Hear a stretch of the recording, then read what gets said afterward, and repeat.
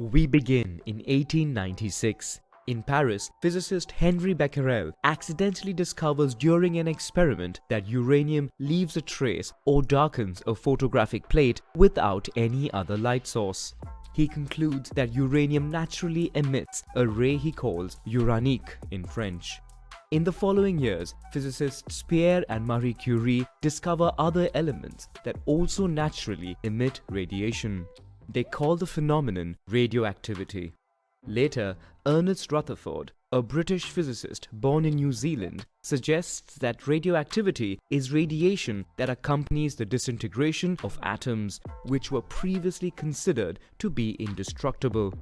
Other findings are then used to better understand the structure of the atom, with electrons revolving around a nucleus composed of protons and neutrons.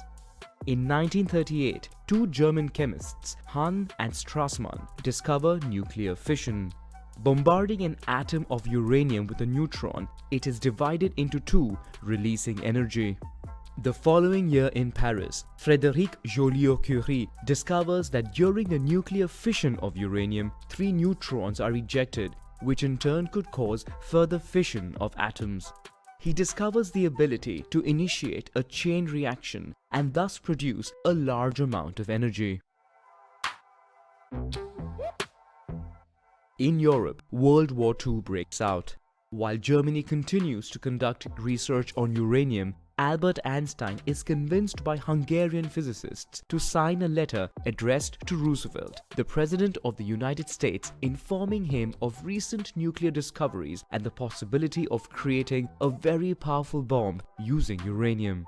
The United States benefits from the influx of European scientists fleeing war and invests in research.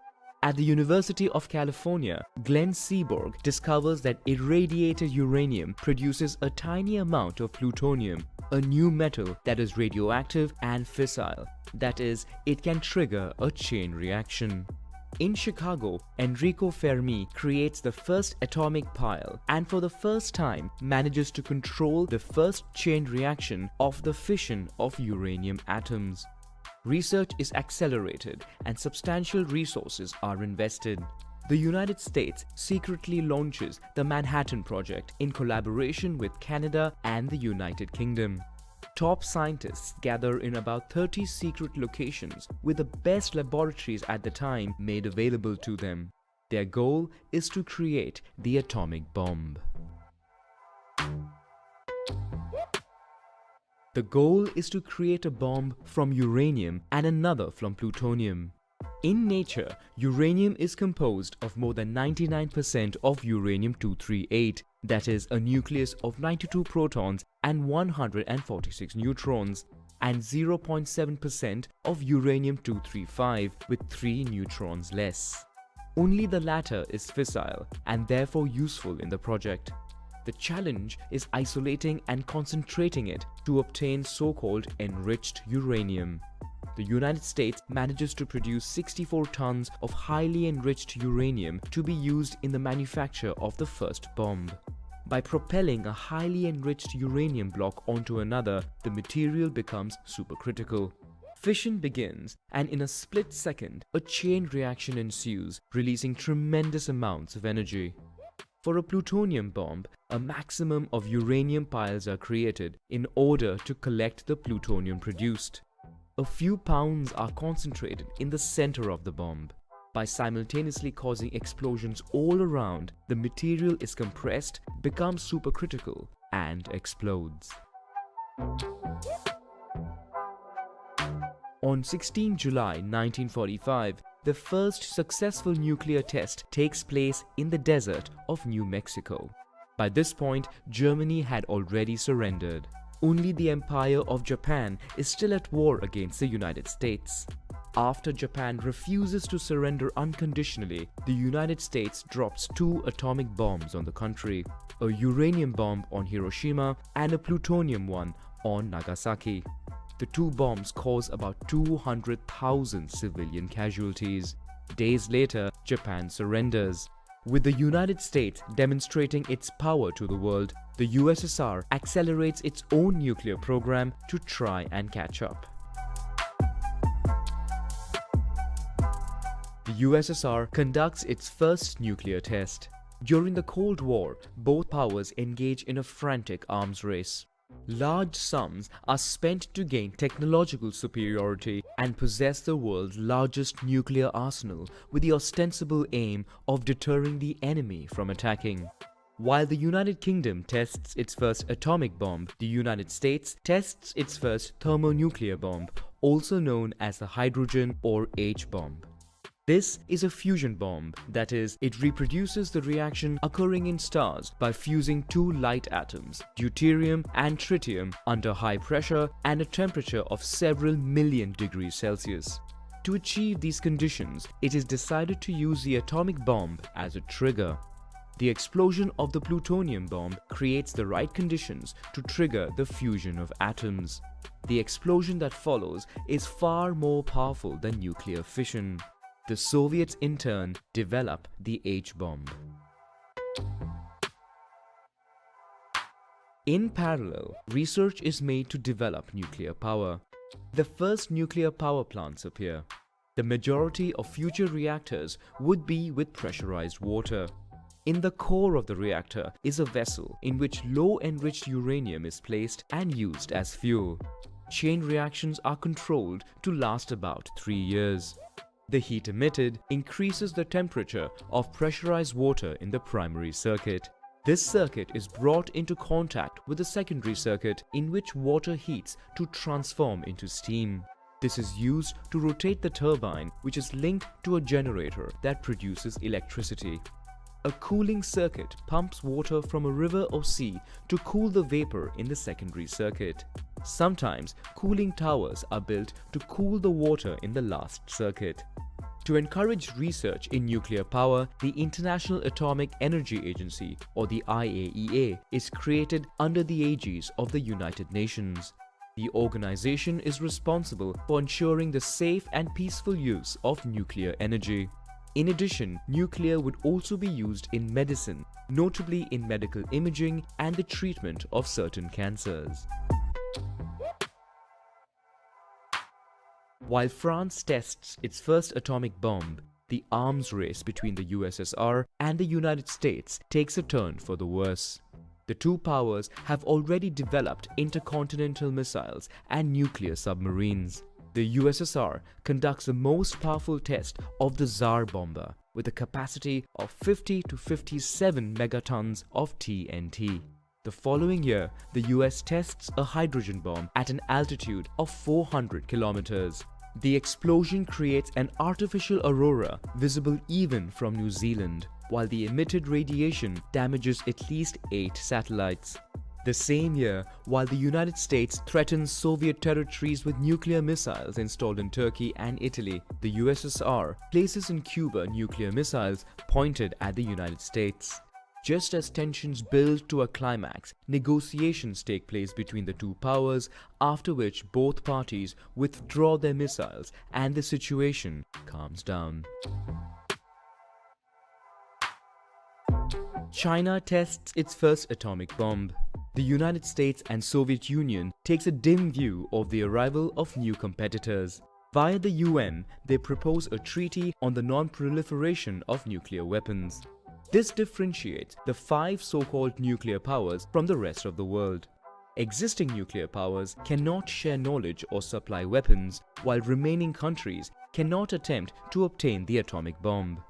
In addition, nuclear powers are supposed to disarm as much as possible. This treaty would gradually be signed by all countries of the world with the exception of India, Pakistan and Israel, which denies having atomic weapons despite heavy suspicion of the contrary. Latin America goes further by creating the first populated area free of nuclear weapons. Finally, the United States and Soviet Union agree to limit the production of strategic weapons. 1973 sees the world's first oil crisis. In a short time, the price of a barrel of oil explodes, undermining global powers whose economy largely depends on the black gold. The world looks for alternatives to ensure their energy supply. France and Japan mainly rely on nuclear energy. In the following years, many power plants would be built around the world. In India, a so-called peaceful nuclear test takes place, worrying its Pakistani rival, which in turn embarks on nuclear research. In 1979, a major nuclear accident takes place in the United States. One of the reactors at the 3 Mile Island nuclear power plant surges and the primary circuit leaks. As the fuel is no longer submerged, it overheats and then melts in its vessel. Fortunately, the containment resists and prevents radioactive leaks. A few years later, at the Chernobyl nuclear power plant, after a series of human errors, technicians lose control of the reactor. When the temperature of its core becomes too high, an explosion blows up the concrete roof, part of which falls and fractures the vessel. A highly radioactive cloud is released into the air. It spreads and contaminates a large part of the European continent. Around the power plant, a 2,600 square kilometer exclusion zone is created and more than 200,000 people are displaced. Around the world, the accidents generate or strengthen popular opposition to nuclear power, which puts a heavy brake on the development of the industry. After the fall of the USSR and the end of the Cold War, the US and Russia continue to reduce their nuclear arsenals. In addition, after more than 2,000 official nuclear tests in the world, the Comprehensive Nuclear Test Ban Treaty, or the CTBT, is introduced. It does not enter into force because out of the 44 countries with nuclear reactors at the time, 3 do not sign it and 5 others sign but do not ratify it. 2 years later, India and Pakistan conduct a series of nuclear tests. Abdul Qadir Khan, considered the father of the Pakistani atomic bomb, acknowledges having developed a clandestine network originating in Dubai, which has been providing Libya, Iran, and North Korea with the plans and materials necessary to create an atomic bomb. North Korea, after withdrawing from the Treaty on the Non-Proliferation of Nuclear Weapons, now declares that it has carried out its first nuclear test. At the same time, Iran announces that it has successfully enriched uranium, which worries the international community. Israel, for its part, maintains ambiguity over its nuclear program. Many believe the country has dozens of atomic weapons, but the latter neither confirms nor denies reports to deter any potential enemy. One of the advantages of nuclear power is that it emits little carbon dioxide. However, it generates radioactive waste with a lifespan of up to several 100,000 years. While most of the waste has a lifespan of a few decades, current technologies do not offer a definitive solution for high-level, long-lived waste. Most countries rely on deep geological repositories to store nuclear waste more than 300 meters under the Earth's surface. On March 11, 2011, Japan suffers a triple disaster. After a 9.1 magnitude earthquake, the most violent ever recorded in the country, its coasts are hit by a powerful tsunami with a height of over 10 meters, affecting the Fukushima nuclear plant. Crashes prevent the cooling of the core of its reactors. Within days, 4 reactors explode, releasing a highly radioactive cloud that is blown towards the Pacific Ocean, reaching the North American continent and then spreading throughout the Northern Hemisphere. All 39 Japanese nuclear reactors are then shut down. In the aftermath, Germany announces a phasing out of nuclear power.